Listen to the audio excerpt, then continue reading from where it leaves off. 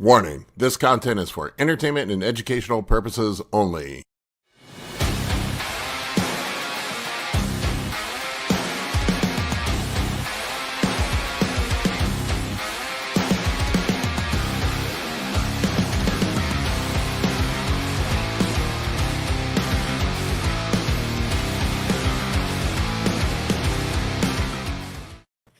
What's up, everybody? Good morning. Yo. What up? Colin, looks like you got a haze on your camera, man. You need to turn the windshield wipers on. Me? Colin. There's a haze on my camera today? Yeah, and your microphone's not working too. Yep. We're off to a good Aw, start. Chip has a little friend today. He has a little friend. Man, I'm recovering from the Arnold. Man, it's like took me a couple days to get right. I don't know about you guys. Yes. Dude, I'm sick right now. Oh man. Aw. Yeah, A lot of people. we're both sick actually. Kurt was sick too. Oh, Man, your baby's sick? Yeah. Poor thing. Yeah, she had to stay home from daycare on Thursday, so I was pretty much. Well, my wife took care of her Thursday, but I stayed home with her Friday all day. So. My son's sick, Yeah. although I never know with him if he's telling the truth or not. Usually his sick days coincide with a video game launch. Yeah. That's funny. I'm like, what game's coming out today? Oh, Yeah. That's why you're out. Man, did you guys see Wesley's video he put up? Yeah. I did. Yeah, I watched that today. Poor guy. Wow. Yeah, I had heard some rumors swirling around, like some people that knew him said that he had been sick coming in. And I walked by his booth and I just, waved at him, but he didn't look 100% to me. He said on the thing that he had food poisoning, he thought, or a stomach flu. Yeah. And just they had to take him from the airplane to his car in a wheelchair. He was so Jesus bad. Christ. I can't believe he flew like that. Huh. Yeah. Yeah, he What a couldn't tough hold any food down, and for quite a few days ahead of time from traveling. So that's no fun. That's a critical time for him because he just burns through food, from what he says. Yeah. I don't think I would have gotten on the plane with diarrhea. And vomiting. I mean, not being able to keep anything down. Oh man, yeah, I can't. That's got to be miserable on a fucking plane. Not only that, you're probably making other people sick too. Oh yeah, nobody wants to be the puker on the plane. That's why I only fly private. There was if you take the private flights. I was on a flight one time where a guy puked on the floor. It was, you come on, man. You could smell it through the whole plane for the whole flight. It was gross. Christ. That's worse. Yeah. I thought I had it bad sitting behind that old guy when we were flying to LA who just like farted every like 3 minutes. I know I didn't stop complaining to you the whole flight. Like what can you do? There's nothing you can do. You can't like tell the Take old it guy away. to put a cork in it or anything. You just got to endure. Yeah. But There was like vomit on the floor is a little worse. We were in first class. There was like an old rich guy in front of us that had That his was first class caretaker- ass. What that was. had his caretaker traveling with him, I guess, and he just kept farting the whole. I mean, they were those old, you haven't had any fiber and haven't shit in like 5 days farts. Ugh. The stale ones smell like an old sneaker. When we got on our plane on the way Accurate. back, they had, the little things to blow air and kind of cool you off, the little dial. Well, I swear they had the heat on because it was just blasting heat, and everybody was turning them on and turning them off. The whole plane was like 100 degrees. It was miserable. Yeah. Paul is easy like Sunday mornings. Yeah, that was nasty, man. That guy was nasty. I didn't. I cleared my cookies and I like logged out of all of the websites. So I don't have the login for StreamYard right now. Just FYI, I'm not looking at any comments or anything. Oh boy. So I'm just sort of The Wild here West right of now. I'm really not comments. doing anything today. I just realized that like as the show was starting, I There's was so like, many I can't jokes do I can make anything. off of that one. What? Like what? Oh man, but yeah, I feel really bad for Wesley, man. That's fucking that sucks, sucks. dude. Yeah. Yeah, I it's can't too bad. I can't imagine being sick and then trying to. Although I was sick last year, but mine wasn't food poisoning. Mine was aldactone poisoning. Yeah. Mine was self-induced. Too much diazide and aldactone will give you diarrhea, as I found out. Hey, clean me out, drive me out. Yeah, you just feel so bad. I mean, especially at the end of the prep, you know, you're literally like a day before traveling to the States, you start getting sick, and it's just, I'm sure your stress levels go high. I'm sure he knew right then and there it wasn't going to be a good trip for him, you know. You work so hard for 16, 20 weeks, whatever you put into the prep, and that's like worst case scenario right there, you know. Just to see your look just getting worse every single day. I mean, that's got to be really frustrating, and know that you can't bring it back. I mean, to be so far in the hole that you know there's no coming back no matter what you do, but to still get on stage anyway. Like he still got out there. He was talking about his legs flattening out, and they couldn't hit. Stefan was talking about how it takes weeks to get your legs back. I've experienced that before, and you got to be really careful in prep. Like I've noticed, like big dudes, if you overdo the cardio or if you get super depleted, once your legs flatten out, there's no bringing them back. It takes weeks. You got to be just pounding food and training. And you don't train legs the last week and a half or so before show anyway because of the water retention on them. So yeah, I mean, there's just no way to bring them back. And when you're tall, have those long legs, it's especially hard. Yeah. Well, Stefan said he was like 15,000 calories behind by the time they talked. In like 2 days, he was 15,000 calories behind. That's crazy. Yeah. Lucas said that I feel bad for Aceto. Patrick Morris blasting him on social media for the entire week. I mean, I haven't seen it. I don't know what's going on. I haven't seen it either. There is no worse time than post show for a coach with a butthurt bodybuilder who didn't place the way they thought they should place. It's always the coach's fault. Well, he was talking crap about him between prejudging and finals on social media. Patrick Moore. Yeah, he's he got back with Chris Aceto 6 weeks out, and Chris actually took him on. And then between prejudging, that's your first mistake. You shouldn't have taken him on 6 weeks out. Yeah, well, at least they had worked together, so maybe he looked at it like, you know, we had worked in the past. I have a little familiarity with your body or whatnot. But yeah, he's just blaming everything. The reason he looked like shit is he's blaming it all on Chris and that he got no attention, and you know, Chris was nowhere to be found. And I don't know what's the real deal. I saw Chris running around like a chicken with his head cut off. Yeah, you know, running through the crowd and stuff. So he was definitely. I mean, I'm sure you have multiple people competing. Yeah. But yeah, I mean, it guys get upset when they don't place the way they want to place, and then they blame the coach. So I feel Aceto has a good reputation from what I understand, but yeah. You should see on Body Farrell's, I think is his name's podcast. They had Justin Wyatt on, and he was just talking crap about Patrick Moore, just saying, you know, yeah, everybody always blames the coaches, and he's always known to be kind of like a crybaby. But if you actually watch it, I gave him a lot of credit for actually just like stepping up and saying how it was. You know, he thought that Patrick just making excuses for really his own doing, you know. Justin, I'm sure you've never had anybody blame you for a bad placing at a bodybuilding show. I've never had anyone have a bad showing. No, yeah, I mean, it's a pretty easy scapegoat. You kind of know that's what you're getting into. It's always the caveat when someone switches other coaches to work with you, especially if you're not the second coach. If you're the third or the fourth coach, you kind of know what you're getting into. Yeah, yep. There's 2 times where I sign people up. It's New Year's, and then after they didn't place well at shows. I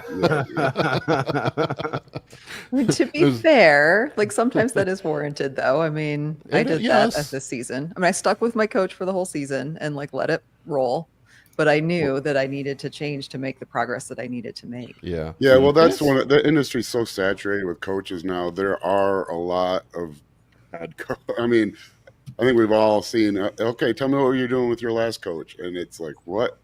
This guy was charging money for this?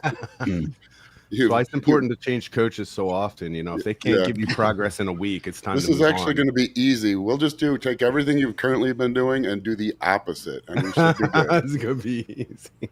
I've honestly, man, thought about switching to annual pricing instead of month to month. I don't really get a lot of coach hopping anymore, but it's really irritating when you spend 2 months with somebody and then they're like, I'm not seeing the progress I want to see, and then they're out. I'm like, dude, you know how long this shit takes? There's no fucking, like, it takes me a month or two just to figure you out. Yeah. I think that makes sense, especially for the first year that somebody's with you. I think if they can't commit to a year, that's kind of a problem. Like, especially if they haven't done enough research to feel confident with a coach for a full year, that's an issue on them. Like, Hey, I look, think that's warranted. The truth is, if anybody has ever come to me and complained, I wouldn't. I've never not held anybody to that year. You know, like Right. if you want to leave, I'm like, all right, you know, I won't give them the whole a bit of money back, but I'll refund them some. I run into that sometimes, but very rarely do I have upset people. I had a guy a few weeks ago. It's hard to, because if you do, I mean, it would never be the full extreme, but if you offered any kind of, you know, refund, you have to hold your an entire year's salary hostage, you know, because you could potentially every client, you know, so you really can't do that because, you know, you can't just you can't not take any income for an entire year in case, you know. Not the FDIC. Yeah. Yeah, I mean, it's tough because I feel like I need at least 6 months with somebody. Like, I feel like really when you really, and I'm sure you know this, Justin, but like really when you really see the changes happen is when you get them through a full cut and then an off season. Well, you're a perfect example of that. I thought, I mean, we didn't nail your first prep at all. I wasn't ready for the way your metabolism ran away. And I even said after the show, I think I said something like, hey, you know, it was a great prep. You know, it didn't end the way we would have liked. Your metabolism ran away. If you want it, you know, I totally understand if you don't stick around. But, you know, now we've learned a lot and you're going to have a great off season if you do. And you did, and we did. So I think instead of leaving you, he bought you a bottle of whiskey, if I'm not mistaken. Oh yeah, that's right. and then after I don't think we peaked him that great, so I think I drank it that whole bottle. I felt bad because it was my first show back, and I was so like depleted and just in a bad mental state. I was texting Justin like every fucking 5 minutes, asking him questions, and I like afterwards, I'm like, oh fuck, man. I don't remember. I feel terrible, man. I don't remember you being bad at all. I remember I was not prepared for. It was like a light switch around like 10 days out, and you were losing like pounds. I lost like 20 day. pounds in 2 weeks. Yeah. It was wild. I was a light heavy, or not a light heavy, but a middleweight or whatever. Yeah. Well, because I remember like, man, if you do stick around now, knowing what we know now, you're about to have the best off season in history. Yeah. Mm-hmm. And now I can eat like nothing and just stay at 250. It's like my body just doesn't want to lose the weight now. Yeah. I bet you it adapts weirdly because I guarantee if you got back into like we did, you could get it to run away again. It's like it's very I don't know the word. It's like the girlfriend who just whatever you're into, she's into. Your metabolism's into. It seems like when prep it speeds up as I go. I've got a couple clients that are like that too. Yeah, they're exceptions. Most people have to fucking starve. It seems like, but there are a few guys. Yeah, it happens. It's pretty rare, but it does. And then sometimes, like you, it just happens like not out of nowhere, but it just accelerates out of nowhere. Well, it just goes to prove, like, you know, somebody signs up with you the day one of wanting to start a prep, and it's like, how am I supposed to know? I'm sure, like, Justin had no clue that was going to happen, but now he knows.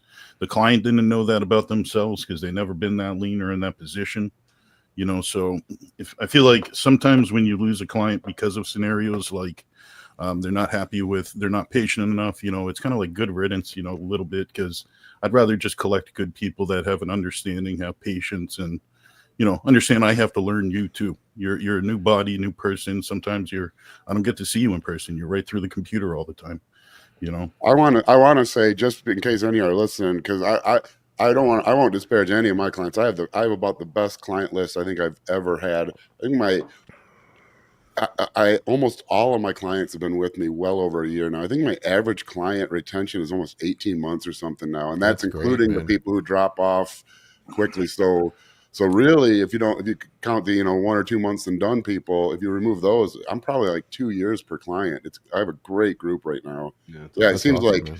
It's been the same name since COVID. And I learned from Paul too. Like, and it happened with me and Paul was working together for somebody like the second year into the third year. Yep, you really start seeing some results. Yeah, same program and the same communication, and that's what happened with Paul and I. I mean, we did great right off the bat, but it's like things accelerated much better from year 2 into year 3. Yeah, your second prep was way different, man. We didn't have to starve you this time, and yeah, you were able to eat a lot more food. You looked a lot better, placed higher, improved. I mean, you're easy, man. I really don't have to do too much. I'm the perfect client for Justin, man. I pay him and I never check in. I only check in during contest prep. Yeah. How do you balance multiple people in a show, Justin, though? You just like an open door? Just like, people need you, come to me. I'm not going to chase you all around every 5 minutes? Or... Yeah, generally. Well, it's weird, and it's hard to get people to kind of understand this. But, I've been doing this really, I think since the 90s. I can't remember if it was 99 the first time someone, I helped someone, but it was, turn of the millennia. And so thousands of people probably by photos. I've prepped, like 1% of those people, peaking them in person. So like with Brandon Curry, even though I was there, I still have them check in with photos, even if I'm doing in-person check-ins. So really, when it's multiple people, it's no different. I'll have them come in and it's really more for their individual comfort if they think. And I'll try to say this quickly, but as an analogy, because this sounds confusing, because it's like, how could pictures be easier? You can see the person in person. That makes no sense. If you heart ultrasounds, echocardiograms, when ultrasound technology first came out, they didn't have the computing power to do anything with it. So they send sound waves, it bounce back off the heart and come back. Well, it would be a mirror image. So the heart would be backwards, and so the plan kind of was always, these doctors will learn how to look at the heart like backwards in a mirror image. And then when we have the technology, we'll reverse it. Well, eventually they did get the technology and they reversed the image, and doctors couldn't read the echo because they'd spent the last 15 years looking at an upside down mirrored version of it. You put it the right orientation. And so still to this day, if you get a heart ultrasound, the doctor reads your heart upside down and reversed. And it's kind of like that, for you, a mirror, you're used to seeing yourself in person. And so it might not make sense, but I've seen so many more people in the photos and the lighting style I like and the poses I like and yada, yada, that it's seeing you in person is like, it's like when the heart gets shown correctly. I don't know, I don't trust it. I trust what I've done thousands of times. So even when I do in person, I generally have them come to me when it's multiple people. It depends. If everyone's in the same hotel, I'll try to do that to save them the energy. But I'm still, my real choices are made with the photos. Yeah. I'm the same way, man. You just get so used to looking at them. And also you got something to compare to. Yeah. You can set them up, line them up, especially during peak week. You can see the progress in person. Because everyone looks good in person too. That's the other thing, Yeah. Even local guys, you see them in person, you're like, damn, you're pretty shredded, dude. You look good, But in photos, it's easier to be objective. Yeah, well, I think it was you that told me if you look good in the crap lighting and your check-in photos, you're ready. Yeah, that's why everyone. Yeah, coach, I got to find better lighting. These photos don't do me justice. I'm like, I know, but when you're fucking shredded, they will do you justice. When you get on stage, they have the screen behind you, and they've got all of your Instagram shots behind you while you're flexing on stage, all filtered and edited. Yeah. All your gym selfies. Everyone in the audience that's the same guy. I don't. Selfie round. Justin looks very disappointed right now. I don't know. Well, it drives me crazy when people change every week where they're taking photos. I have to explain to them the obvious.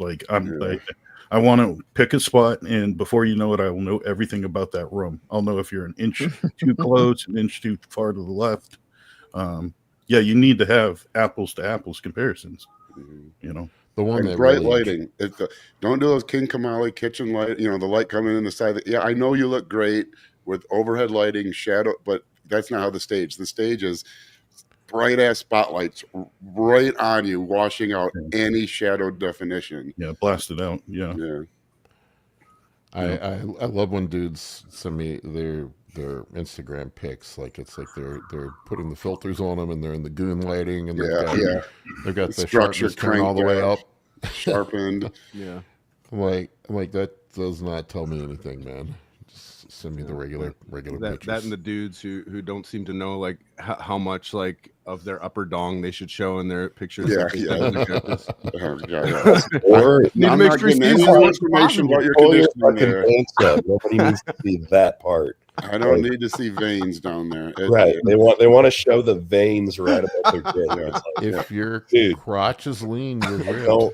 We don't need to see that is Amy's sitting over here thing, like, it's awful. It's terrible. I hate it when people send me that. That never want those weirdest pictures in my inbox. That's like universal. Don't send such I'm in pictures, shape Amy. now. Let me show the top of my trunk of my crotch. So weird. I don't know. I love when dudes fluff it up for the check-in Oh photos. god!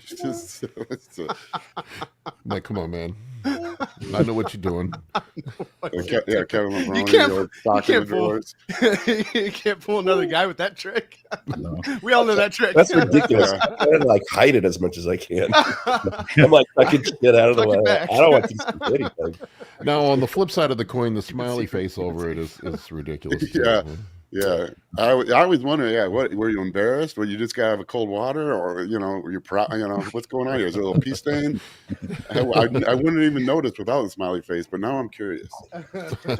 You gotta love the guys with the emojis too. They'll put, like Paul said, the smiley face in front of their dong, but they forget to make it, big enough where like the tip's hanging out the bottom of the emoji. Some of us don't have that problem. I usually just try to find a really long emoji that goes almost to my knees. And it's like, no one knows. It could be there for a reason. It could not. Put the eggplant on there. You have like 10 smiley faces in a row. Like I just cover it up. It's for your protection, honestly. I don't want you to grow up never knowing what it feels like to be a real man.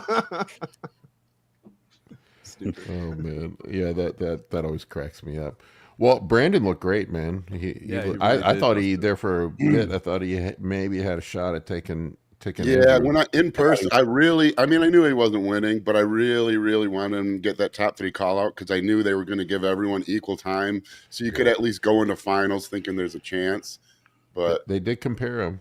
Yeah, they compared them together. And Andrew, man, I just like the thing with him. Like, I'm like, dude, how the fuck are you at that level and you can't pose? I know you see if there was one round, posing round where you just stood around or walked or leaned against a counter, he would be straight first. Yeah. Or if there was a round where you had to like do the splits and not leave the stage when you're supposed to, I think he would win that. Yeah. The hands on hips, hands in pocket round, the lean against the wall round. So like he is just. I mean, I don't want to say he's just coasted on his natural ability, but like he has relied on it to a larger degree than many other competitors, possibly every other competitor. Yeah. He's hard to judge too, because in person, it's hard because you get totally different views in person from Instagram, and one's not necessarily always better. In person's better if you're close enough, but if you're in the crowd, you see the transitions in between poses. You see what their flow is like. You see their presentation. But it's hard to get full conditioning unless you're as close as the judges. So at the show, I thought he could have taken Andrew. But then I got back to the Airbnb and got online and looked at pics. And I was like, okay, yeah, Andrew's conditioning was pretty sharp. It's hard to see exactly when you're 10 rows back or whatever. Well, there's not many people who can make Samson look small. Yeah. I just feel like dude would have a shot of winning if he could just fucking pose. Yeah, it's like Paul Dillette 2.0. Yeah, I mean, been here before. Like he seems like he's got an attitude. Was it him that did the quarter turn the wrong way? There was somebody that did a quarter. Yes, he did. He did it in every single round, even in the comparisons. We've turned to the right in every bodybuilding competition since the dawn of bodybuilding competitions. Just they were right. Face to face every time he turned the wrong way. That's got to drive the judges nuts. Yeah, especially it's not like you're guessing wrong. You've only ever turned one way on a stage. Sometimes it's not a when mystery. he doesn't follow the rules, it feels like it's intentional. I'm just gonna say. Yeah. I mean, like that almost has to be intentional, right? When he does it the wrong way. I mean, didn't he like take a lot of extra time for his like personal posing routine or whatever the fuck it's called? And The like one that was terrible. yeah. It I mean, was that's so subjective, bad. but yeah, I also didn't think it was. I was like, what the fuck? Like it was very clearly. It looked like something that a child composed for themselves, like choreographed from themselves to put on for a show when their family has company over. Talent you know what show. I mean? Yeah. They're like, Middle Andrew's school coming down, talent show. guys. Everybody watch. He's got a dance he's gonna do. At Christmas, like, he when you didn't and your get off the cousins put stage when something he was supposed together, to. Come on, man. tell the parents to. Yeah. I hate to be that guy. I'm probably. I mean, he's an incredibly talented guy. He's one of the best bodybuilders in the world. I don't really have much room to criticize, but like, it drives me nuts seeing somebody that should place higher screw it up just from posing. Yeah. Yeah. Well, and yeah. If I was his coach, Obnoxiousness. I'd be just grabbing him like, dude, what are you doing, man? Yeah, no one likes Stop no it. one likes to practice posing. No one, we're not dancers. We're not, no one loves that part, but it is a part of the sport. Speak I mean, for yourself, Justin. Yeah, I can't get him out of the posing room. He's got the headbands on. He's got sweatbands on his wrists. Flash dance is cranked up. I'm like, we gotta go. Yeah, that is tough Can't get to him out of leave. there. If flash dance is on, because I am a maniac on the floor. He's in there splashing water on himself. I'm like, Jesus Christ. Yeah, that bucket on the ceiling. Well, I think he's definitely costing himself placing. But I mean, I don't know. He wouldn't have taken Samson. Samson was better than him. But I don't see. Yeah, there's no way it was changing this time. But the thing is, though, I think he was closer to Samson. If Samson hadn't just won the Olympia, I think it was close enough he possibly could have. Because Samson, I thought, was a little off. Not a little off, but he just, when you're the number one guy in the world, there's not, doesn't take much to not be the number one guy in the world. There was something weird going on with his abs. Like his lower abdomen looked really watery. But he's had that several times. I think whatever they're doing with loading, because you can imagine what's happening. He's eating food. There's sodium in the food. Maybe he's too sodium depleted. Maybe he's trying to pull sodium the rest of the week. And then any sodium he then eats, it's going to be sitting in his stomach. It's going to draw water to that area. And, and it's just going to kind of sit there. That's what I would guess, is maybe he's trying to do some kind of sodium manipulation. And it's just not timed right. But if that is what he's doing, every coach I think has tried to play with sodium and then learned that you don't, because if it works, it's great. If it doesn't, you get something like that. He did look much better at finals than he did in prejudging. Whatever they did clean him up quite a bit. He was definitely watery in prejudging, but at finals, he still had it was just like Amy said, it was just this weird. His legs were dry, but I've never seen anybody. Usually, it's the legs where you'll see the water, but his lower abdomen was like soft. It was weird. Yeah. Well, and his upper abs weren't. It was like he had this spare tire of water just on his lower abdomen. It was so strange. Yeah, blurry. It was almost blurry all the way around. Yeah. Well, then when he'd kind of lose any bit of control, it would really look weird, because it just looked so disjointed, top to bottom. It was this weird thing, top to bottom, looked so strange. He's had that in other shows in the past, not his last couple, but one. I remember one of his first shows. It was getting a lot of hype for. It was kind of like that. I mean, maybe I had Derek's parents sitting right behind me. It was so pretty cool. They were nervous, but I actually pulled up your Instagram and showed it to them, because we were sitting farther back than you were. So his mom, she's like, "Can I take a picture of that so she could follow you?" Because your pictures were so good, and they were coming in quickly enough that I was able to show her when they did the second call outs to calm her down a little bit. I'm like, "No, you crushed it." Yeah, your pics were good. That's a good thing. That's a good skill to have, photography at those shows, because if you get known as the guy to go to get to the pics, that's going to be a ton of traffic. Everybody was doing the Paul's pictures. Good. He was posting the only thing I did differently was buy a new phone. I wish I could bring in. I don't think you can bring in your professional cameras. I have really good cameras. You could. They didn't seem to care, because the Generation Iron people had their stuff, and they weren't official sponsors or anything. At the Olympia, they weren't fucking around. No, you weren't even allowed to take videos with your phone. Yeah. Yeah. Even at prejudging at the Olympia, they were all over everybody. about pictures. But there were people, because I was again sitting a little bit farther back than you guys were, and there were definitely people there with cameras, taking video, taking pictures. Like, it didn't seem like they cared about any of that.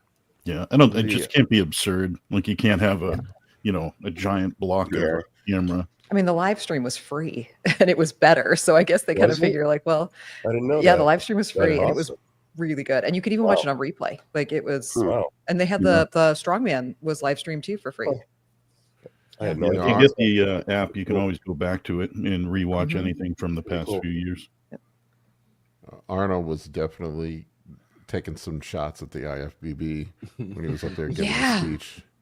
Well, and what he said about class or physique, the board shorts, like he was coming. It's almost, I feel like it's almost his shtick now, where like he's got to, like, he knows he's going to get kind of a chuckle from the crowd, or he's got to do the thing where he like shows, I'm still the biggest dick in this, he's just kind of always got to like say, like, take a dig at whoever he's talking to, or just kind of I don't know. He's an old man. That's what old men do, I guess. But he's an old man who's also Arnold, so he can definitely do it. I get the impression that Arnold is, I mean, obviously he's a ball buster, but I get the impression that not only does he like to dish it out, but he likes when people fire back. I don't know. I'm just glad he stopped interviewing the women. That was somebody a good told him call no this this year. Yeah. Somebody had to like tell him, Yeah. sure, like, this is not good. Well, they would give him a list of questions to ask them, and then he would get up there and ask them what they do for their ass. How's your butt so nice? It's out of control. You must spend a lot of time in the gym working on them. What do you do? So cringy. Yeah, it was Dirty old man. Let's talk more about your glutes. It was rough. Yeah, he was busting Jim Mannion's balls. It was that was the best. Jim Mannion got up and like gave just the most like standard boring speech you can imagine, and Arnold follows him. Arnold follows him, gets up on stage and says everybody thanks Jim Mannion for his speech. Thanks, Jim. That was a real eye closer. And then, like, I guess Jim hadn't shuffled off too far backstage at that point, so he must have said something to Arnold, and Arnold's like, "Oh, I didn't like that. I love it." Oh, it's so good. I love Arnold. I was pretty impressed. Like, the difference between bikini and wellness, I think, is becoming so much more defined, which was really cool to see. It's easier now to show people who even don't know the sport a wellness competitor and a bikini competitor, and for them not to think that they are the same, which was I thought pretty cool. Yeah. And especially was impressed with who they chose as the winner. I think Vanya looked far closer to conditioning that Laura Lee had at the Olympia, far more so than Amy. I thought Amy came in, even though she's so petite, just a little bit over muscled. Like her density of muscle, I think it is because she's so short, is just so kind of in your face. Whereas Vanya really kind of has that like a little bit leaner, a little bit lighter feel of her muscles, which I thought was a great contrast to, especially to like looking at the wellness competitors, but just overall, I thought she looked amazing. And Ashlyn looked great too, but I definitely think Vanya was the clear winner in that category. Yeah, I hope sure. They need it like that, because that's a tricky, if they don't get that really defined well what the look they're going for, because the problem is at the state level, your bikini overall winner is almost always the wellness overall winner. They're so similar, and then you get to the national level. Exactly. But they really start branching out on the national level, and so like if you don't have it well defined, they can drift into each other very easily. I mean, that's what physique drifted into bodybuilding, figure drifted towards physique. It all tends towards more muscular and harder until it's basically the division, the next harder division or conditioned division above them, if you don't like really start judging a certain look. I like the judging in there too. Yeah, I think it's especially going to be seeing Fit Model coming next season into pro shows. I think they have to be so much more on it, I think, this season to really make that line of like what they're truly looking for in bikini, because if not, it's literally just those competitors are actually going to look the same. I'm interested to see how that goes. And they can do it. They did it with Classic with the men. Yep. I mean, I was really worried. It's like, okay, is this just going to be mini bodybuilding? But no, it's very clear a different look they're going for, and it's so they can do it. Yeah. I thought Well, and like overall the respecting judging each category too. Yeah. Sorry, Paul. I was gonna say, I thought overall the judging was fantastic. Yeah. I had really no issues across the board. Even into the deeper placings, usually I always say, like, the reason it's hard to really criticize the judges because they typically get the first place right. It's usually, like people where you're like, yeah, that was weird. It's not like a third or fourth place, but this time it sounded like, I pretty much had every division across the board. I'm not a judge, but at least from what I thought they did well.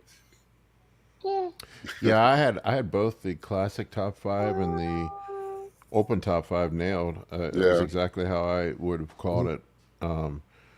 It was man, Mike Sommerfeld. Jesus Christ! I don't. Is anybody going to stop that guy? He came out like a boss, man. He owned the stage. Like he actually had digestive issues too. I listened to a podcast with him on my way home on my flight home, and he also had some digestive stuff going into the show. And he threw some serious shade at Wesley because he's like, I had the same thing happening and didn't change anything for me. I was like, wow, like coming out hard. I think Mike. they're kind of buddies though too, aren't they? It seems like it, but man, he was with him then. He was kind of brutal. I think Mike's probably not too sympathetic because he's goes through he's got an autoimmune issue he's been dealing with his whole career as well. From what and I doesn't have a house, like lives in Airbnb. Yeah, that's crazy. That's wild to me.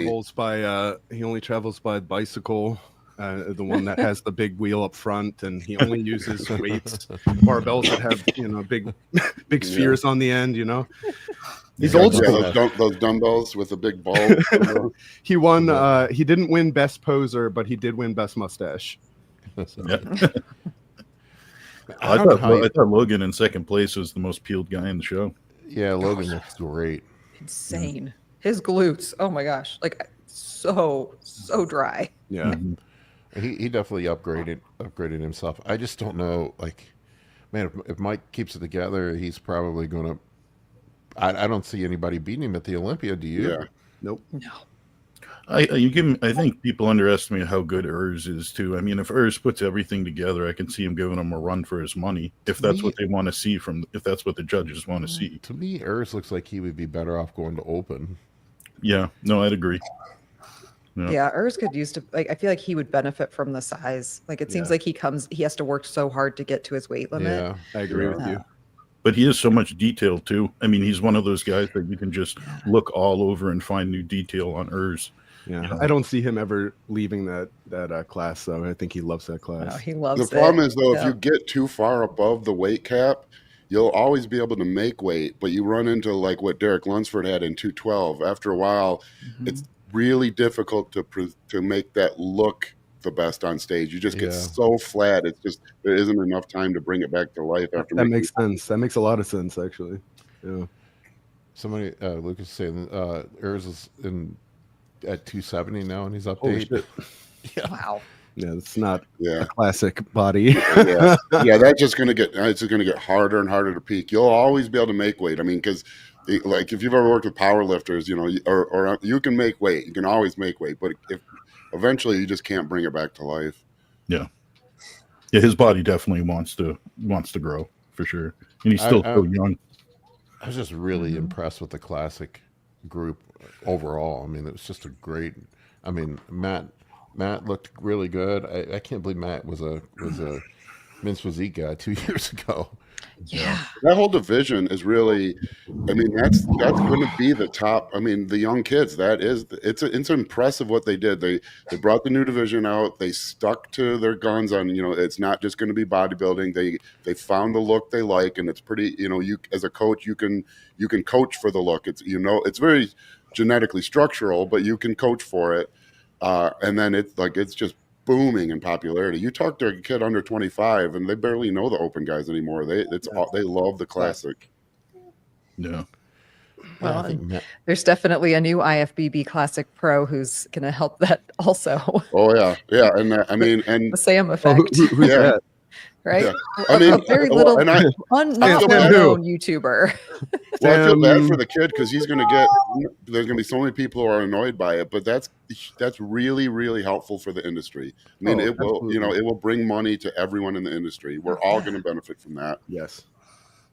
And he did really well too. He Like, did. he legitimately He did finally well. peaked. It's so Well, funny, yeah. like watching anybody who chooses to hate on this kid. Like it's like, bro, Yeah. like what he did was insane. No, like, he's can you just clearly- give the kid his props? Like, fuck.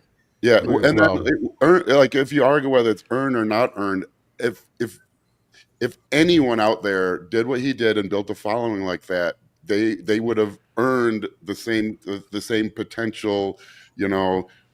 I don't want to say hand holding, but you know, like the same fast track. And I think he did look really good. I think he looked amazing and deserved it. But he's going to hear that his whole career that maybe he didn't. But anyone out there, if they did the same thing and built that kind of following, would be in the exact same boat. You know, so he did earn it from that way. Yeah, I mean, I give the guy kudos. He was under a lot of pressure too. It was a no-win scenario for him. It's true. Yeah. Regardless, man, I want to talk about Matt Greggo really quick though. Like, I don't know if you've ever like that dude. Impressive. Look at this before and after. Amazing. Wow. I love that shape. Isn't that crazy? Yeah, that is a great shape. Yeah. He has We beautiful saw- symmetry between his chest and his abs. Like, just Well, look at his before though. Like you can see how big his fucking leg. Like look at his calves. Yeah. He's got Yeah. huge legs Yeah. already right there. You know. Yeah, he's a big boy He's just a little chonky. Yeah. by bodybuilding standards. I always feel like it's important. Like my brain says that silently. I get so used to hanging out with you guys and saying things like, "Yeah, on the left, he's definitely a little fat." I'm like, I gotta remind myself. I'm like, not for life, Colin. Just for this conversation. Yeah, I mean, I saw Matt a couple of years ago when I competed in the DC Pro-Am. He was there competing as a men's physique guy, and I don't know, I don't even think he was in the top 5. I don't remember. And then now he's killing it in Classic. I don't know how much he put on, but crazy amount of size he's put on. Yeah, and I know he lifts and trains with Derek, which I think is going to be a good influence for him. Yeah, I think him and Derek train together, right? They're training partners. Yeah, and I know that that he went through a lot of like mental anguish, kind of going through Mental his health career issues and depression and stuff. Yeah, he's a good kid, from what I understand. I'd hope to think Derek will be a good influence on him, because we all know this sport can sometimes get pretty dark mentally. You know, I sure. feel like Another Derek one. is the right sort of mentor to have in this sport. He seems to have his head on straight. yeah. Here's That's another one. that picture right there. 10 years difference. That everyone who's early in the sport and like trying to grow and add size and frustrated with their progress. What is that? 100 pounds difference? Probably. Maybe less even. So 10 pounds a year max. That's what 10 pounds of muscle a year for a decade does. Decade. Everyone watching that's mad they didn't gain 40 pounds this year or thinks they're going to gain 40 pounds this year And to or be mad that clear- they're only gaining 1 pound a month. That's what happens if you keep doing that. That's right. And just for everybody in the audience, let's be clear, a decade, that's 10 human years. Yeah. Not dog use. Not for nothing. That's a stellar 10 years. Of That is life. to point that out too. Like that's 10 years where he was doing fucking everything right. Yeah. Yeah. Well, Right? So all you people out there who are like, geez, it's been 6 months. I only gained 5 Yeah. pounds. Yeah. That's what I'm one happens cycle if you away keep from the doing Olympia that. speed, You are- Joe. That's rapid growth. Yeah. Yeah, I love it when I get clients. It's like, Paul, it's been 2 weeks. I haven't gained any weight. I'm like, man. Eat a bunch of pickles and drink a half gallon of water and then step on the scale. There you go. You'll gain the weight you Boom, want. big. Boom, big. Just take some D-ball.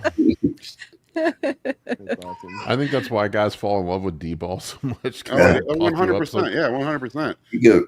We put on 2 pounds a day for 2 weeks. Yeah. It's real muscle. Why are your Your blood- skin so pink? Your blood pressure will be 180 over 100, But you're way over 180, and that's what matters.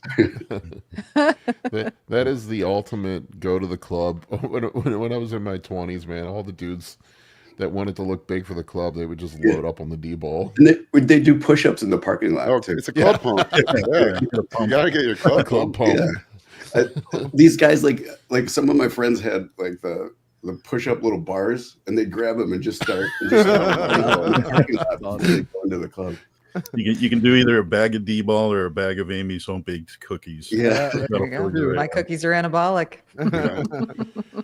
Yeah. Dbol and Jaeger bombs. That's how I look my 20s.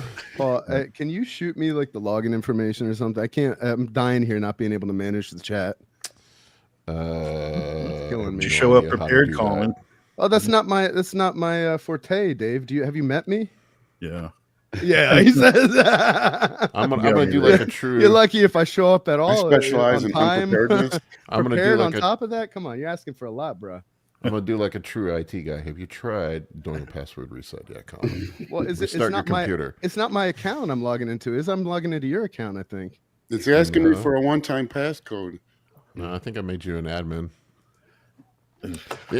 Folks, remember that Colin is an IT professional for a career. Yeah. We worked together in IT for, I don't know, a decade. But yeah, I was just impressed overall with just the quality competitor. That show too was just Did you figure it out, Colin? Yes, I figured it out. Everybody, just in case you're right, this is a little glimpse into Paul's relationship with me.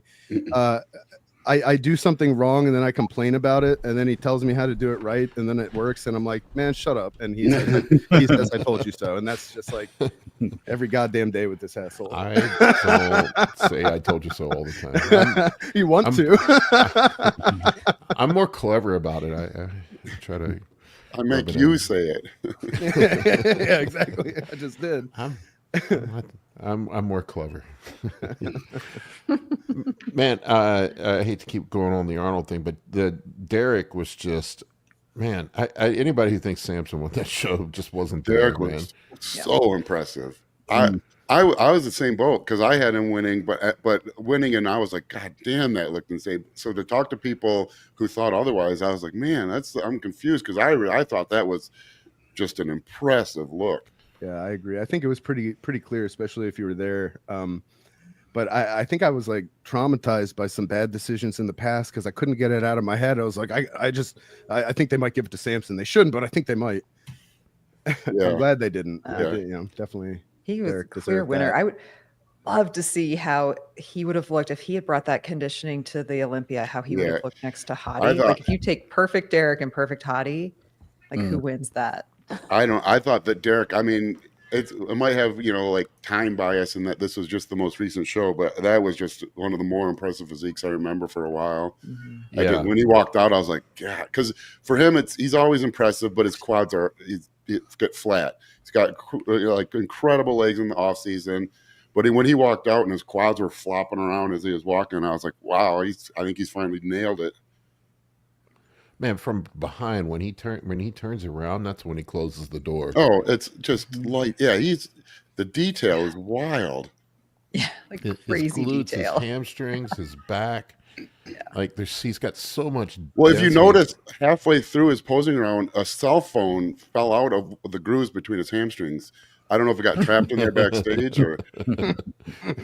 Yeah. His posing was really good too. Like really nailed his posing. I was going to say he improved some of his posing shots, like his ab and thigh was much better. Yeah. Mm-hmm. Yeah. Yeah. If he could level out his shoulders just a tiny bit in some of his front poses, but other than that, I thought it was spot on. Yeah. Yeah, that was one of the best physiques I've ever seen in person. Mm-hmm. I mean, he looked. I thought his better lats too. I was kind of hoping there'd be more discussion because everyone was saying he was SEO in his lats before, which I always thought he was just a little flat. Where the lump people were saying was not where it would be from SEO, from seeing it in people in the past. And so he didn't have it this time because he was finally filled out. I think when he flattens out, that's one of the areas that kind of flattens out right at the armpit. If you guys remember any of that, complaining people were insisting he was pinning his lats or whatever, which he might, but what they were pointing out was just him not being full. Mm. Yeah, it did look like there was some sort of a ball in his lats. But that's not where, like, if you can look at Nasser's front double bi from the late 90s to see where injecting your lat shows up. And you also lose all your definition from the back. You really lose your separation through the upper back. And also you can see with Nasser. I don't know because I don't know what he was doing, but from my experience with other people doing things over the years, what that ball was just the insertion point and him being flat. similar how like when you're flat, your biceps look a little bit different the way they, you know. No, it's true. That's not where you're gonna pin it anyhow. Yeah, and even if you did, it would leak down. You know, the inflammation would be lower. I had Larry Pollock on. I talked about this before, and he talked about, I guess he knew Nasser, but Nasser's SEO protocol, and he was doing 100 cc's in each side every week. Yeah. Oh yeah. Yeah. He was. Shoulders, remember arms, when he got the? everything. You guys know the Olgie Olgenthorpe or Goldie Goldenthorpe from Slapstick, or the movie? What the hell? That hockey movie? Yeah, Slapstick. Yeah. Well, I met him at the Birchwood Athletic Club in Port Huron, Michigan, big hockey town, and he knew Nasser really well, and he was telling me all Nasser's protocol. Well, if you remember, Nasser got all that surgery to get stuff removed from his rear delts. Olgie Olgenthorpe said apparently Nasser was doing 3 cc's of test suspension a day in each rear delt, and then obviously got infected. That's crazy. Scott, my buddy Scott, he's talking about Classic, whether it's the difference between that and open, if it's structure or not. He thinks that essentially, imagine Andrew Jack at a Classic weight. I think some dudes just can't get down that. I mean, I was almost 20 pounds over the Classic cutoff. I would have looked emaciated at 232. When I say like the structure, if Brandon Curry could get down and make weight, I don't think he would place well in Classic. I think it's too round. It's too. That's what I mean by it. I think there's a certain structure that gets judging. Well, I saw someone in the comments said they disagreed with the structure comment about Classic. Yeah, it was my buddy Scott. Yeah, Scott's got a great podcast, by the way. Scott's been on with us before. I have to get Scott back on. Scott's I recognize the name from something. Scott's a G. Did you guys see? This is a little off topic, but Stefan was mentioning on Fuad's podcast that I think it's like 5 pounds Shaun Clarida would have to drop to make Classic for his height. Oh, no kidding. See, I don't think he would do well in Classic though. No, but that'd just be cool to kind of have a pro show. He'll probably place in pro show, do a pro show. Oh yeah, U12. Shaun's getting up there now, isn't he? Isn't he in his mid-40s? Yeah, because he's been around a while. That would make sense. He's probably 40, I'd imagine. How old is Brandon? 42. I think Brandon. Too. No, 42 maybe. Yeah. Shaun Clarida's 40. Okay. Oh, weird. I thought he was like Shaun Clarida's 42. Okay. 42. Okay. Yeah. Do you know, Justin, is Brandon definitely doing the Masters Olympia? Yeah, we're gonna do the Masters though, and when's Masters Olympia? I don't know. Remember the exact date? It's a little August? before. Yeah. Yeah, I think it's like the first weekend in August. It's in Japan. Yeah. It's around. Yeah, it's like the 10th or something. I think they moved the date. It's like I think we were like 19 weeks out or 8 at the Arnold, something like that. It's somewhere late summer. I would think that he would do pretty well. He has a good shot of winning that. Yeah, I don't know who else would. I mean, if he looks like he did at the Arnold, I don't know who beats it. There's only 2 people on the planet who beat it in the Open, really. I mean, Kamal was. There are 3 people. Kamal would be probably his toughest competition.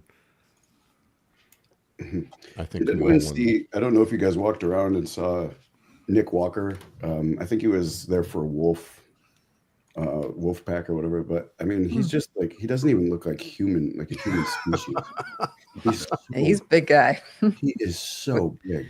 So like his head looks so tiny because he's got such huge shoulders. His arms don't look right because they're as wide as they are long. I've never seen a square arm before. They're usually rectangles, long rectangles. Yeah, just feel like when you reach that size, like you owe it to the world to just move through crowds in slow motion with the Terminator theme blasting. Yeah, I mean, but he looks uncomfortable when everybody's sitting there taking pictures of him. He's standing up on a little stage for Wolfpack, the protein company there. And you can tell he doesn't like it. He doesn't like being like a animal in a zoo that everybody looks at. Yeah. It's like you can't help it. You look at like that guy doesn't even look like a human, Well, just everything, even his neck, he's just like big everywhere. It's like You train neck because that is a 22-inch You neck. train neck. It's neck day. Neck day. Every day is neck day for Nick Walker. Neck Walker. Yeah. I don't know. I mean, he is a large human being. Oh, he's so big. It's crazy. And there was a guy in the animal cage who benched 1,000 pounds. I guess I forget his name. Do you guys remember what his name was? Oh, no. It's the dude from last year, Julius Maddox, right? Oh, Julius. Yeah, that was it. Did Julius put a shirt on? I didn't see it. I worked with Julius for about a year when he was first trying to get to 800. They said he did 1,000 this year. I didn't see it. That's a deadlift. That's not a bench press. What the fuck? That's amazing. He's I'll look it up. We got blood work done. He had benched 777 or whatever by that point. His test levels were 250 grams per person. Get out of here. He wasn't even on. He was not on anything. He's just he's like like one of those NFL defensive linemen. Just like, and if you ever watch him bench, he missed 800. He trained. He went for it at a gym I train at here in Michigan, Kalamazoo, my local gym. He missed 800 the first time because they had the wrong number of plates on one side of the bar. Oh my! Like the greatest bench in history. This is how like insane all of this is. And so they racked it, reset the weight. He missed the next one because he didn't lay on the bench flat because he just dropped down and benched. Like we're setting world records. These guys, like, they spend 10 minutes in their setup. They have guys measuring things. Fingers here on the bar, push to your shoulder blade touches this point. He just dropped back and laid down, and then he missed it because he was crooked on the bench and he started flopping over. He is a large human being. Yeah. From front to back, how thick he is doesn't make sense. Yeah. You walk around him, you have to go like 3 aisles over and then walk around him. Yeah. You imagine that guy on the defensive line? That's what I always think. I mean, that's those genetics. Like someone like that holding the line, stumbled into bodybuilding. I mean, like who knows how many NFL players over the years had the potential to do something like that. Those guys just walking around at 360 fat, but 360 running 4.940s and those are different humans. I love it. There are humans that are made to be cloistered up in a tower somewhere writing books like a scribe, and then there are humans like that. They are meant to be swinging an axe on a field somewhere. For sure. Awesome. Did you see talking about big guys? There was a thing where the Dallas Cowboys, their defensive Micah Parsons, their defensive tackle, I guess linebacker, bet one of the best pass rushers in the NFL went up against some sumo wrestlers in Japan. These guys were just stoning him. Yeah, really. They were. It was like watching them play with a child. And they were all standing around like laughing, like all the sumo wrestlers were like, "Yeah, this is going about as we expected." Wild. I love it. Yeah. Hey guys, I gotta drop off. I can't be here for a little bit today. Oh, thanks for coming on. Yeah, thanks for having me, Justin. See ya. All right. I don't know if we got any questions or not. I'm trying to find this video, Michael Parsons versus sumo wrestler. It was hilarious, man. This guy just like stoned him, and the sumo wrestlers just laughing at him. Yeah. I wonder if it'd be any different though if they were on a football field. Maybe with pads and cleats. I mean, certainly a different objective than sumo, but I'll be honest with you, there's enough overlap with sumo that I feel like if they were a lineman on a field, they would still be pretty successful. I'd be honest with you. Yeah. Now that being said, there is a famous, I believe he was Polish judoka who traveled to Japan to do sumo, and there's no weight limit.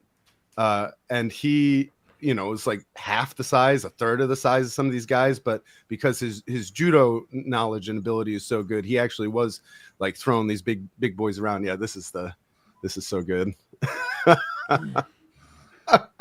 Guy's just like not even trying. I mean, look at the size difference. They're not, he's as big as the other guy. It's just, it's all leverage and timing and skill, You're like a baby. Oh my god, that's fantastic. I love the mutual respect too. Yeah, it's all about leverage and shit. All right, do we have any questions here? We got a couple, not too terribly many, but guys, if you got questions, get them in. Yeah. Oni Rosis, anything wrong with taking methylene blue daily without any breaks? Serotonin syndrome? I mean, I use it daily. I've been using it daily for, it's probably been like 6 months now. But yeah, I mean, if you take too much, yeah, sure, it'll build up and you'll have, serotonin syndrome. But yeah. I take 10 milligrams a day. I've been doing it for, it's probably been about 6 months now, at least since, September, October, November, December, January. Yeah. So man, when I tried it, I had a huge I did it for a couple days. Like I must be just hypersensitive to shit. It really like ramped me up, and then I've like crashed hard when I stopped it after a couple days. I did use it a couple times this week, just a really, really, really small dose, and I did better with it this time. I think maybe my body was a little more used to it, but I like my borderline felt like depressed when I stopped. Yeah, I do know, like you say, serotonin accumulation can build up. But I've also heard some people having it mess with their gut biome over time. So I don't know how true that is, but that's something to watch out for. Unintended side effect. I'm sorry. Using it daily causes excess oxidative stress in the brain. It's really best 1 to 2 days a week. Yeah, I'm trying to limit it. I didn't feel great but I'll tell you this, I did get a lot of shit done at work. When I took it, my check-ins were like I don't know. I guess like you're overly sensitive and I'm not very sensitive because I Colin take it. Drinks the whole bottle and he's like, take a nap. I think one thing about it though is like because it increases like oxygen utilization so much, it prevents your hematocrit from going up significantly. So if you're like using a bunch I didn't of gear, know that. Yeah, so if you're using a bunch of gear, it'll kind of help keep that under control for someone that has a problem. I did not know that. That's interesting. Another cool unintended side effect of methylene blue is, if you get up to pee in the middle of the night and you're not 100% accurate, you will know where you missed the next morning. 'Cause it'll be green on the floor. So that's fun. Yellow and blue makes green. Yeah, that's definitely been something. Like we clean our guest bathroom, but I'm in charge of cleaning like our bathroom next to the bedroom, and it was really weird how much like green was. Yeah, So yeah, I feel like an alien after I take it. I'm using the bathroom. I'm like I'm basically Spock right now. Yeah. Yeah. I don't think enough to make my pee turn green, so. Well, then you're not one drop. Yeah. Pump those numbers up. All right. Let's see. We got here. Adam paid 10 cash money dollars to ask. I'm in a bulking off-season context. When would Justin left. I'm sorry, dude. I can answer in Justin's When would stead. Justin choose to add carbs to the low days versus just adding more carbs to the medium and or high days? What would he look for to make that decision? Channel your best Justin Harris, Paul. Go. Well, I've been working with Justin for a long time. 5 years now? Something like that. But I'll tell you what I do. I do like to keep the low days in a slight deficit at all times. I think it helps with sort of the super compensation that happens with the high days. I do like running a high day after the low day. Typically is when I run the high day. If I get somebody that we hit the upper limit of what we can handle on the medium in the high days, then sometimes you're only, and they're just not gaining weight or they're losing weight. Sometimes the only option is to add to the low day. But I generally like to keep the low days pretty low if I can, and then push the calories in on the other. And you think about it, like really the variable for carb cycling is the carbohydrate intake. Right. And there's not going to be the energy demand or potential to synthesize glycogen on a low day anyway. So there's really not a whole lot of point in adding in the excess carbs anyway. You're just going to get fat.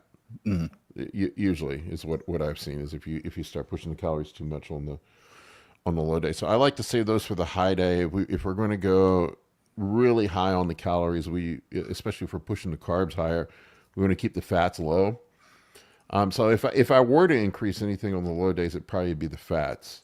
Usually is what I will do. So it's you sort of tilt the scale one direction or the other. On the high days, fats are super low. On the lower days, usually sometimes I'll even go zero carbs with people, and then I'll push the fats up. Yeah, I've been zero carb low days forever with you. I feel better on the zero carb low days, to be honest with you. You know, sometimes I'll move up, like if hunger is an issue for some people, I'll keep carbs low, but just move up the protein too, possibly if recovery needs a little bit of a kick. But in a bulking context too, trust me, you'll very quickly get sick of eating a ton of food. So like you might enjoy having the carbs as low as possible and just having a food volume lower. You know, it's going to be better for your stomach to catch up. You're going to be able to kind of get insulin sensitivity improved. And if you're going to like maybe clean up or just like drop a little bit of water weight that's accumulated through the week, you can keep the carbs low and get a little extra cardio on the low days as well. So there's definitely benefits too. I've actually been doing some intermittent fasting on my low days. I'll sometimes do a 24-hour fast on my low days. Yeah, that's something John Meadows used to talk about, right? Yep. Yeah, I know Steve. Steve doesn't carb cycle, but I know he does intermittent fasting as well. Yeah. No, it's nice to just give your gut a break and kind of reset and clear everything out, you know, like once a week or so. And I think it's beneficial. Like guys think they're gonna like lose all their muscle in that day, and it doesn't really happen. No, you don't. It's actually, once you have real tissue, it's kind of hard to lose it. I really haven't been eating a lot, and I mean, I've been eating 3 or 4 times a day. I've probably only been eating about 200 grams of protein, to be honest with you. Yeah. And you guys saw me. I'm not in the shape I was at the Olympia, but I think I've held up okay. I mean, it's kind of the same for me. Like from the Olympia to the Arnold, like I was barely doing anything, and I held up okay, but I was definitely a little smaller than great to me. I had been. Both of you are great. So I'm like a whole other person since the Olympia. Well, so like this last week, I started eating 6 meals a day again, and I was like 242 at the Olympia, and this morning I was 262. I also started taking Serostim again, so everything just started blowing back up again. Dbol. What about Dbol? Did you take that? What's that? What about Dbol? Did you take that? You want injectable anadrol's in there, but not Dbol. It's funny. Anytime anybody tries real Serostim, they're like, oh, they get it. Yeah, it is not the same as generic. Yeah. So it is definitely not the same as generic. Yeah, today I'm taking a rest day, and I'm like taking a break from eating because I've been eating a lot the last week, but it's been good. It's been good. Everything's just been filling out and blowing back up. I actually haven't been using GH the last couple months. I hadn't taken any all this year. I hadn't taken any. I stopped using GH like maybe a month before the Olympia, I think. So it's been a while since I've had any at all. So it's kind of nice to feel it all again. I've already noticed like my freaking hands, like my coordination is like so. I feel so dumb. I'm like getting my pills out and just dropping stuff. I'm like, what the fuck? Like I can't. What is wrong with me? Giant muffin hands. Yeah, just dropping things. And I feel so clumsy, but whatever. I remember when I tried. That would be a good Halloween costume for you, Chase. You could be Edward Serostim hands. Chase, I'll be full Edward's scissor hands costume. Just be like instead of the scissor Mickey hands, Mouse just have hands. like, it's Mickey Mouse hands, just comically giant hands. And he can't hold anything. Right. I remember when I tried 18 units for a while, I couldn't get my hand in Justin's intra workout shake container. My hand would not fit through the Oh yeah. That's real shit. Like I trying to get into like the intra workout carb, like my hand just like stuffs in it. I'm like, I had to turn it on its side and like kind of get the scooper in there. This sounded kind of sexual now, I'll be honest with you. No, I've like turn it on its side, and I had this little scrape on my hand because I like hit it on my like cupboard or whatever. But I keep like breaking it open on it's the workout thing, trying to reach in and get my shit out, reach the scooper. Well, I have my Serostim ready for my post-surgery recovery. Yeah. And some healing peptides. Nice. All right, let's grab another question. I got to wrap up here in like 10 minutes. I got a bunch of consult calls this afternoon. Of course, after that, like now we've got all the questions, of course, right? It's time to go. Let's see here. Dom read my book. Thank you, Dom. Oh, it's so good. It's a good read. I appreciate that very much. I worked very hard on it, and I'm very proud of it. Go ahead and give me a review on Amazon if you actually read it and you liked it, please. It helps a lot. Oh my gosh, it's so good. Like, thanks, Dom. I felt like I was gonna like climb over the table to talk to you about it, Colin. Like I had it I had the book in my hand. I was like, "You want to talk about this now? You want to talk about this later?" Like, let's talk about this now. I appreciate that. No, it's fun. I don't have anybody to talk to about this stuff, like I'm the only one, for a long time I was the only one who was aware of the story, so I didn't have anybody to talk to about it, so it's tight now, I still need to read it. I'm such a slacker. That's okay. You don't have to worry about reading my special book, Paul. It's okay. Don't worry about it. The one you dedicated okay. You're my best friend. The one you dedicated to me and pissed my wife really off. Neither here nor there. Yeah, that's right. I dedicated this book to Paul, and I got in big trouble with my wife. She was like, "What the fuck, bro?" She said to me, I was like, well, he convinced me to create it. Like, I don't know. Like, I have all these ideas in my head, but I've never done anything with them. Oh, and then, like, is a metaphor. Something about what Paul said got through to me, and she's like, oh, okay. Like, I don't ever support you and tell you, the things that you're doing are worthwhile, and like, and like, I don't have faith in you. It's like, but your guy friend one time tells you. Look, we went through a lot of trauma together in our defense. Right. I was trying to explain to her. I was like, it's like a buddy cop sort of thing, I was like, look, I'll write a love story. I'll dedicate that to you. I'll tell you what a great friend I am. That's facts, Josh. That's facts. Yeah. I'll tell you what an awesome friend I am. I'll sit down at the end of the night and I'm like, I'll be done with my work and I'm like, I should read Colin's book, but then Path of Exile calls my name. I'll read it tomorrow. Yeah, that's fine. I'd rather play Path of Exile too. Audio version, Colin. You should. I don't know how to go about doing that. When I published on Amazon, there was an option to publish an ebook, a hardcover, and a paperback, but they didn't have any info on audiobooks. So I have to Google. Well, you got a microphone. Yeah, I know. That's all you need. But I just don't know. Like, how do you I don't know. I have questions. Get it on Audible. Because I'll be honest, I'm busy writing. Like, to be I heard honest your with voice, in my head as I was reading it. Like, I'm sure ChatGPT could tell you. That's great. That's. I'm happy to hear that. This was I drew heavily for inspiration from my own life to try to bring those characters to life. It was good. I just wanted more. And that's what I told you. I'm like, I wanted that book to be. I've been writing. I've got bitten bigger. by the bug. Like, even just having some tiny amount of success. Honestly, just the success. The real success is like having an idea and getting it on the page for once in my life. I've never been able to do that before. So now I'm doing more of it. So yeah, there's so much more there. Like, yeah. I got a question here I want to answer. Total science. Paul, what's a good local non-tested show I could set my sights on in 2026 if there even is one? I think the Woodbridge show is tested. No, bro. There's only like one tested show. Anything that says NPC on it, they don't test. Yeah. It's harder to find a tested show than an untested show. Yeah. Like the Woodbridge show is not tested. It's believe me, I've had plenty of guys in that. There's the DC Pro-Am. There's the Armed Forces Classic, which I think that is the Woodbridge show. There's a bunch. There's the Jay Cutler in Richmond. Yeah, if you want tested, OCB is a good organization, and then NPC for non-tested.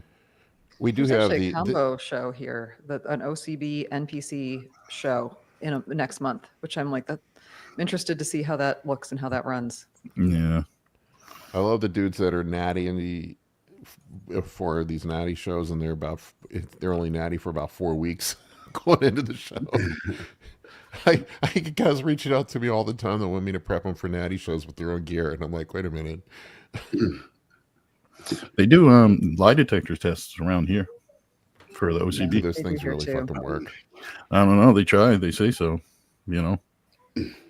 All right, one more question. I got to roll. Okay. Yeah, I refuse to prep anybody for a natty show that's on gear. I'm like, just no. I mean, that's the whole point. Like, yeah. Shoko, what is the lowest you guys will allow fats to be in the off season and when in a cutting phase, like 0.2 grams per pound, something like that? Do you ever fast for 24 hours for a low day? Well, I answered that part. I do fast for a low day sometimes. I mean, there's been times on contest prep where you've gotten down to just the cod and asparagus where there's no fat, basically. Just trace fats.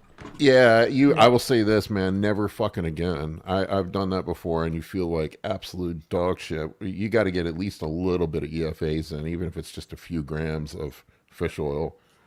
I like the lowest. I'll take somebody. I learned this from Justin. Sometimes, like if you have somebody who has a really, really stubborn area they just can't get off, if you go 0 fats for even just like a week, just trace EFAs, maybe like 10 grams of EFAs, and you take everything down to just the cod and asparagus would be an example, and then throw in a fish oil pill with each meal. That will get that last little bit of fat off, but that's to me, that's just a last fucking resort, man. Like at the very end, and you feel like dog shit when you do it. So I wouldn't go lower than that. Usually in the off season, I'm doing somewhere around 0.2 to 0.3 of added fats, and then you're going to have your trace fats from your meats. So I don't know. I'd say like most of my guys are probably getting 60 to 80 grams of fat in a day on a medium day, something like that. Yeah.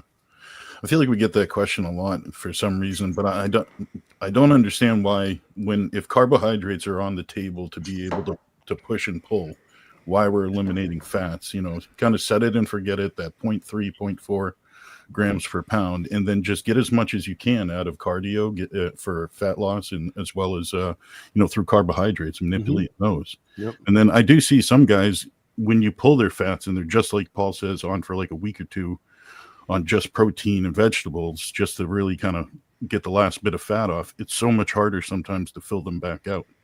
Sometimes you got to do it. I mean, it's essentially a protein modified fast. That's what I was going to say. It's like a PSMF day, which I think PSMF days are underutilized for sure. It's a great just way wouldn't be the first thing I go to, though, I guess is what I'm saying. The first thing I wouldn't touch would be fats. It'd be my carb. I mean, I only yank all the fat out if we have no choice. Like if I'm getting down to the end and I got somebody that's just not there, then I'll do that.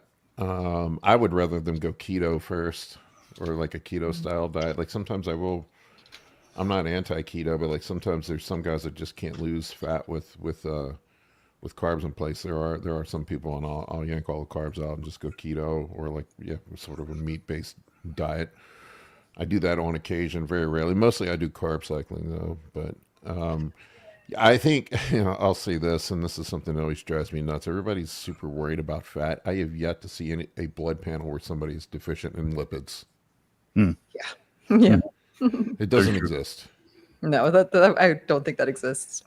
I mean, unless you were literally like basically starved to death. Yeah, I love the bros that get obsessed about eating saturated fats so they can have hormone production. I'm like, I've not once seen somebody deficient in LDL on their blood work. I think you're okay. Plus, you're getting all your hormones from a 3cc needle. You don't need extra fat for that. Yeah, right. What about all the trace fats in those carrier oils? I mean, I know most dudes are really concerned with those, Amy, from what I can see. What is it?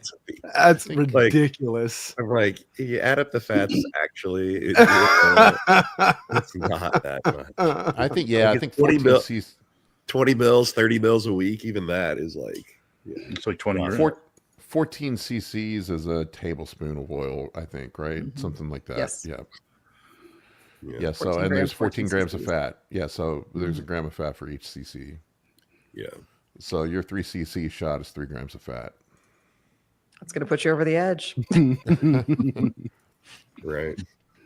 But yeah, I mean, I've seen some coaches talking about that before, and I'm like, dude, if we're down to tracking that much, you fucked up somewhere else. Bad. Exactly. Like, what else is going on in your life? Like, I won't rant.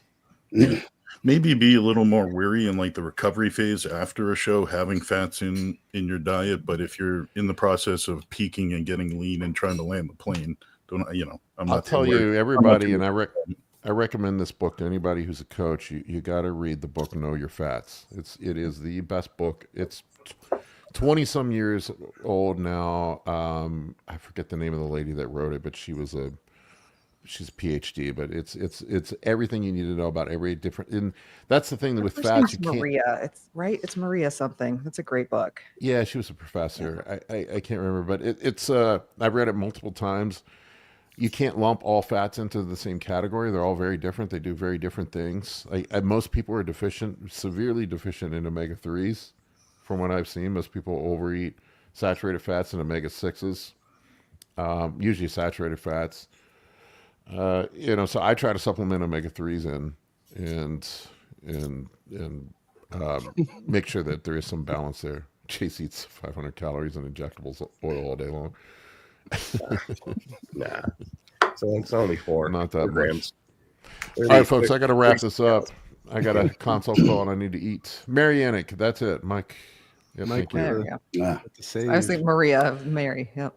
Mike read the book I recommended, I guess.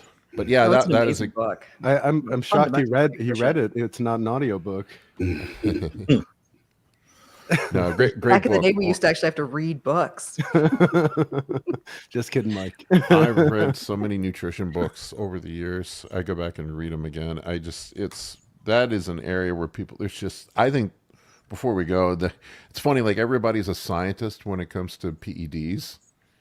Like they want to get down into the details, but then like they're like, you don't need to know about that when it comes to diet. It's just wild to me.